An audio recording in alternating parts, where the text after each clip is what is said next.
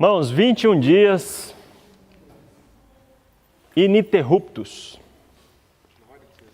20º dia, barrelou com a língua, mais 21 dias pela frente, até terminar. Quem topa? Glória a Deus. Lembra mais alto esse dia. Esse dia fez assim. Irmãos, vão ser 21 dias para a gente aprender a dominar a nossa língua. Glória a Deus. Amém. Os estudos falam que em 21 dias a gente consegue, tudo que a gente faz em 21 dias, aquilo se torna um hábito em nossa vida.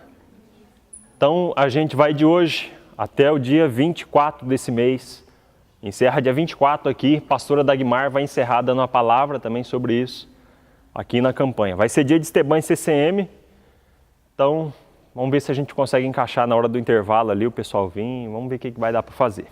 Ok? Irmãos, isso aqui não é para ficar só nos 21 dias, isso aqui é para o resto da vida, né?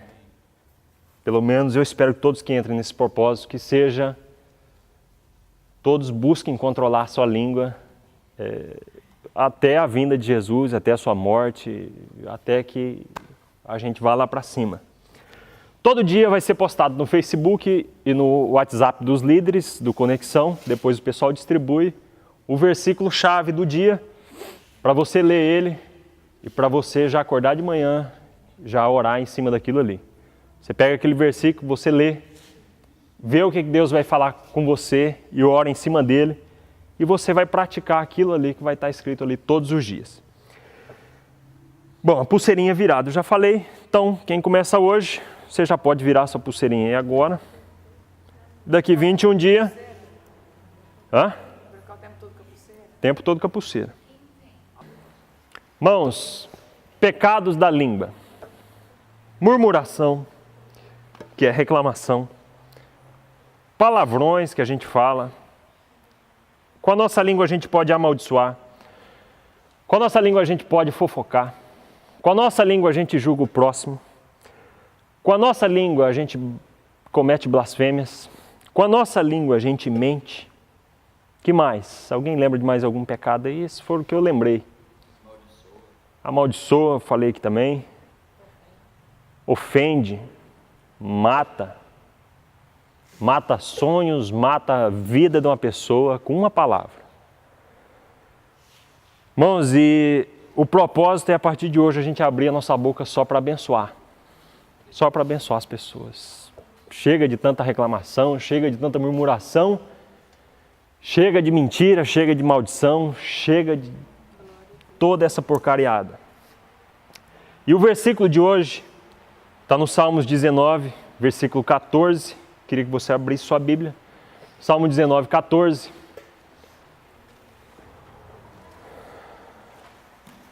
Um salmo de Davi.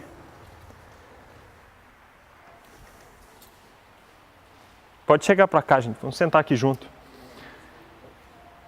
Salmo 19, versículo 14. Olha o que o Davi ele diz. Que as palavras da minha boca e a meditação do meu coração sejam agradáveis a ti, Senhor, minha rocha e meu resgatador. Amém? Que as palavras da minha boca e a meditação do meu coração sejam agradáveis a ti, Senhor, minha rocha e meu resgatador. Vamos a gente vê aqui que Davi ele tinha um desejo. Ele pede a Deus algo. Fala, Deus, eu quero que os meus pensamentos e toda palavra que sai da minha boca, que elas sejam agradáveis a ti. Eu não quero que nada impuro saia da minha boca. E eu não quero que habite nada de impuro também em meu pensamento. Um desejo dele. Davi, ele queria agradar a Deus. Deus já tinha feito tantas coisas por ele. E ele fala, eu quero que os meus pensamentos, eu quero que as palavras da minha boca, tudo que eu fizer, falar e pensar, seja de acordo com a vontade de Deus, seja perfeito, puro, agradável, seja santo. Irmãos, em cima disso, o que a gente anda falando, o que a gente anda pensando? Quais são os pensamentos que passam todos os dias na nossa cabeça? O que a gente tem dito no nosso trabalho, lá na faculdade, na escola, às vezes até dentro da igreja? Irmãos, é triste quando a gente vê pessoas, um julgando o outro, falando mentira, palavrões, falando coisas indecentes. 1 Coríntios, capítulo 10, versículo 10 ao 11, a Bíblia diz assim: E não se queixem ou murmurem, como algum deles se queixaram e foram mortos pelo anjo destruidor. Essas coisas aconteceram a eles como exemplos e foram escritas como advertência para nós, sobre quem tem chegado o fim dos tempos. 1 Coríntios 10, do 10 ao 11. Ele está se referindo aqui ao povo de Israel. Quando eles saíram do Egito, Deus prometeu para eles, falou: vocês vão entrar em Canaã, na terra que eu prometi a vocês. Um dos pecados que ele cita aqui é o pecado da murmuração. E por causa dele ele fala aqui que muitos foram mortos. Aquele povo que tinha uma promessa, eles só puderam olhar para aquela terra, mas não entraram na terra prometida. Não alcançaram a promessa de Deus para a vida deles, porque pecaram com a sua língua. Um dos pecados dele foi o pecado com a língua. Colossenses, capítulo 3, versículo 1 e 2, e depois o versículo 8 também diz: Portanto, já que vocês ressuscitaram com Cristo, procurem as coisas que são do alto, onde Cristo está assentado à direita de Deus. Mantenham o pensamento nas coisas do alto e não nas coisas terrenas. Versículo 8. Mas agora abandonem todas estas coisas: a ira, a indignação, a maldade, a maledicência, a linguagem indecente no falar. A Bíblia também diz, irmãos, em 2 Coríntios 10, 5, para a gente levar todo o nosso pensamento cativo à obediência de Jesus Cristo. É exatamente aquilo que Davi fala, que os pensamentos, que até o pensamento, o meditar do meu coração e as palavras da minha boca, sejam agradáveis a Ti. Mas a gente precisa purificar a nossa mente. Às vezes a gente, de bobeira assim, pensamentos indecentes, pensamentos em prejudicar o próximo, pensamentos em fazer uma coisa errada. O que a gente tem pensado? O que a gente tem falado? A Bíblia diz também que a boca fala daquilo que o coração está cheio. Então, se a minha boca fala maldição, se a minha boca fala mentira, é porque eu só me alimento disso o dia inteiro. Se eu só sei mentir, se eu só sei blasfemar das coisas, se eu só sei amaldiçoar, se eu só sei falar palavrão, é porque eu vivo isso o dia inteiro. É porque eu me alimento disso todos os dias da minha vida. Porque se eu meditar na palavra de Deus, se eu buscar, como a Bíblia está falando aqui em Colossenses, pensar nas coisas que são do alto, das coisas que são lá de cima, esse tipo de coisa não vai sair da minha boca. Sabe, a gente precisa ser purificado, querido. Uma mudança no nosso pensamento, a mudança no nosso falar. E para a gente encerrar aqui, já para a gente orar, abra sua Bíblia lá em Isaías 6, versículo 1 a 8, para a gente orar. Isaías capítulo 6, versículo 1 ao 8.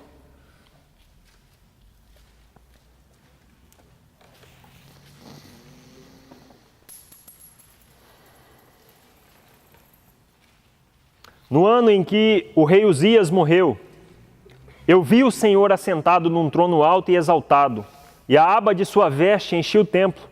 Acima dele estavam serafins.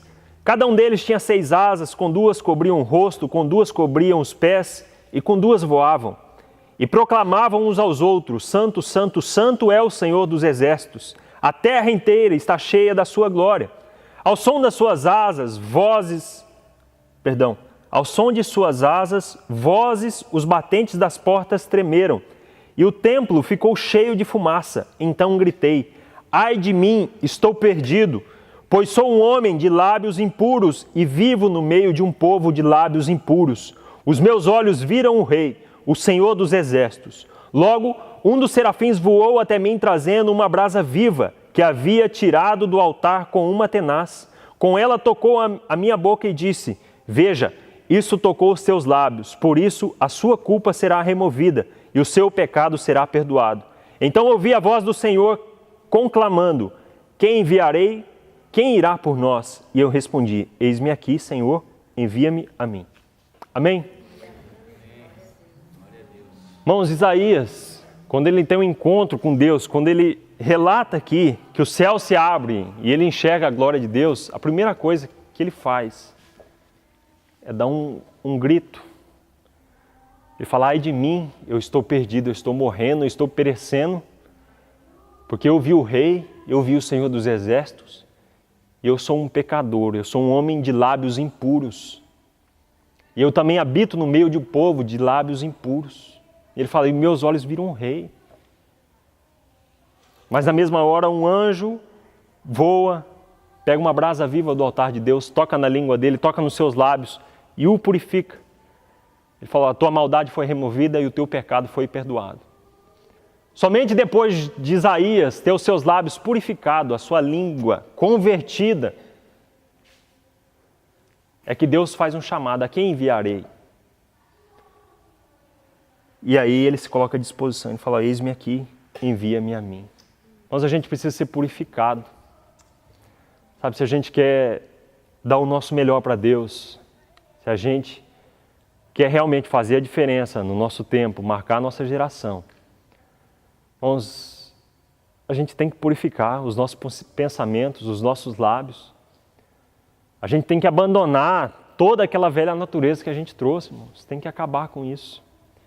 Eu trouxe aqui um livro, não sei se vocês têm, livro do pastor Lucinho, Loucos por Jesus, volume 2, tem ali na livraria também, se você quiser comprar. Eu só queria ler uma história aqui de um pastor.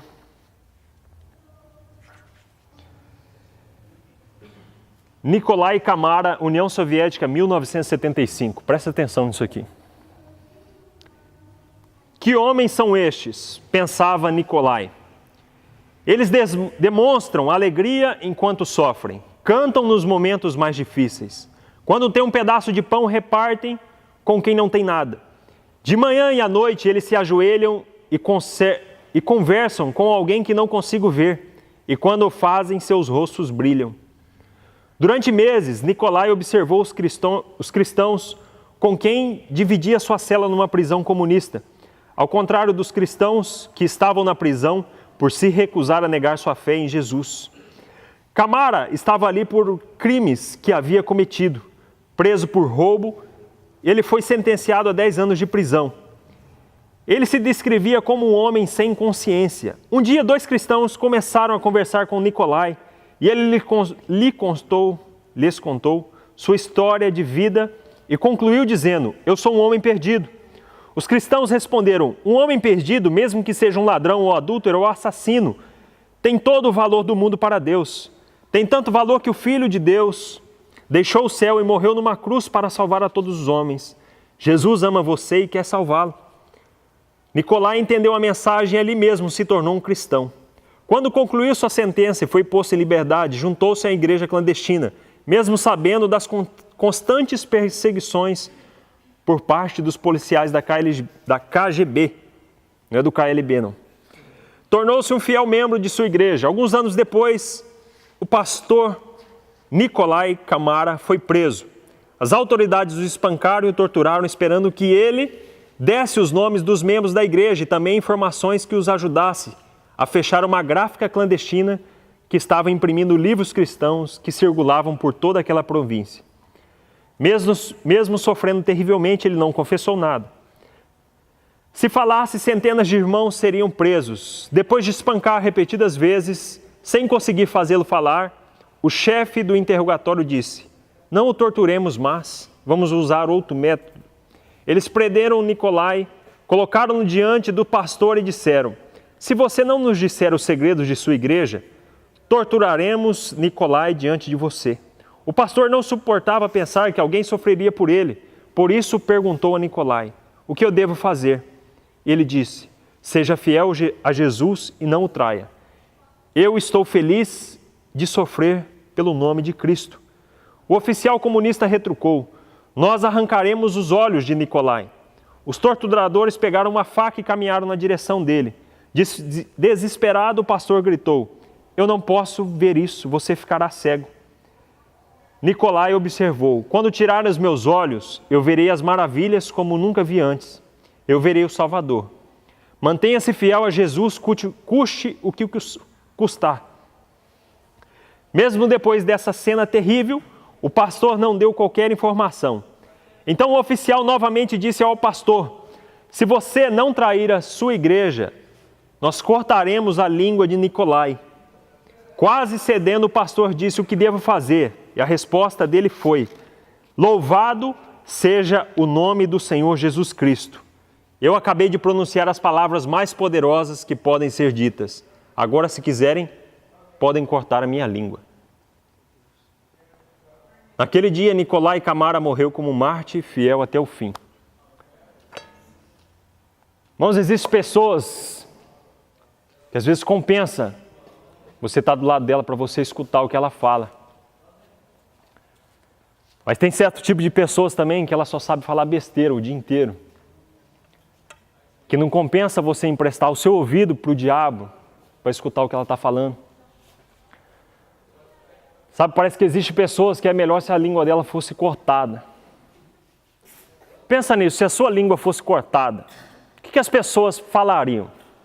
Ainda bem que esse fofoqueiro, essa fofoqueira, esse mentiroso, mentirosa, ainda bem que cortaram a língua dele, ou eles iriam ficar entristecidos, porque ali talvez se calou uma pessoa que era louca por Jesus, que usava a sua boca para abençoar, que usava a sua boca para edificar pessoas, para motivar.